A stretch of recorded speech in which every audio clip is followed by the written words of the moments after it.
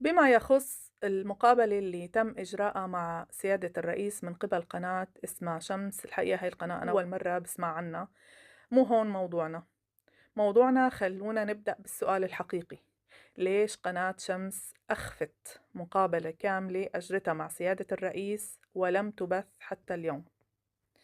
القصة ما لها علاقة بوقت ولا بإخراج ولا باعتبارات تقنية. القصة إنه المقابلة أجريت وانتهت، وبعدين تم دفنها وإخفائها.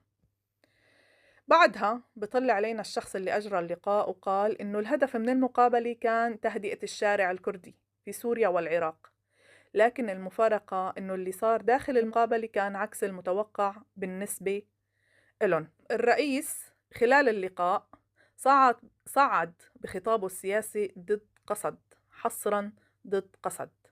وهون تحديدا اتخذ القرار بعدم بث المقابلة، مو لأنها بتأجج الشارع، بل لأنها ما بتخدم الرواية اللي كانوا ناطرينها.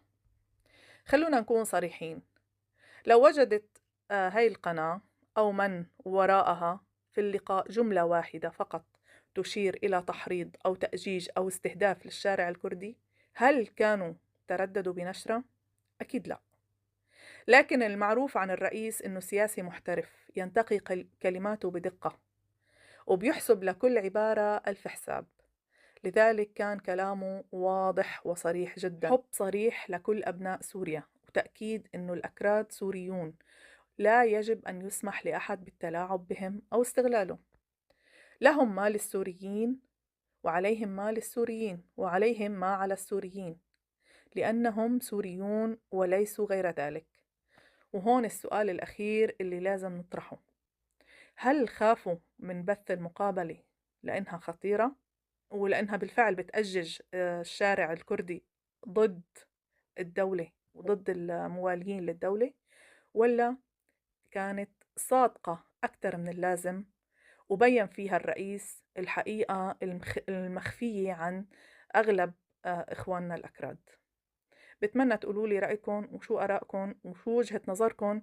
ليش هاي القناة عملت على إخفاء هاي المقابلة وشو الغاية منها؟ أنا كرأيي الشخصي، هاي القناة لو لقيت جملة واحدة بتأجج الشارع الكردي ضد الرئيس، لوالله ما وقفت لحظة إلا ونشرته ليل مع نهار. لكن أنا متأكدة إنه ما لقوا ولا حرف ولا ممسك بدين الرئيس اتجاه إخواتنا الأكراد.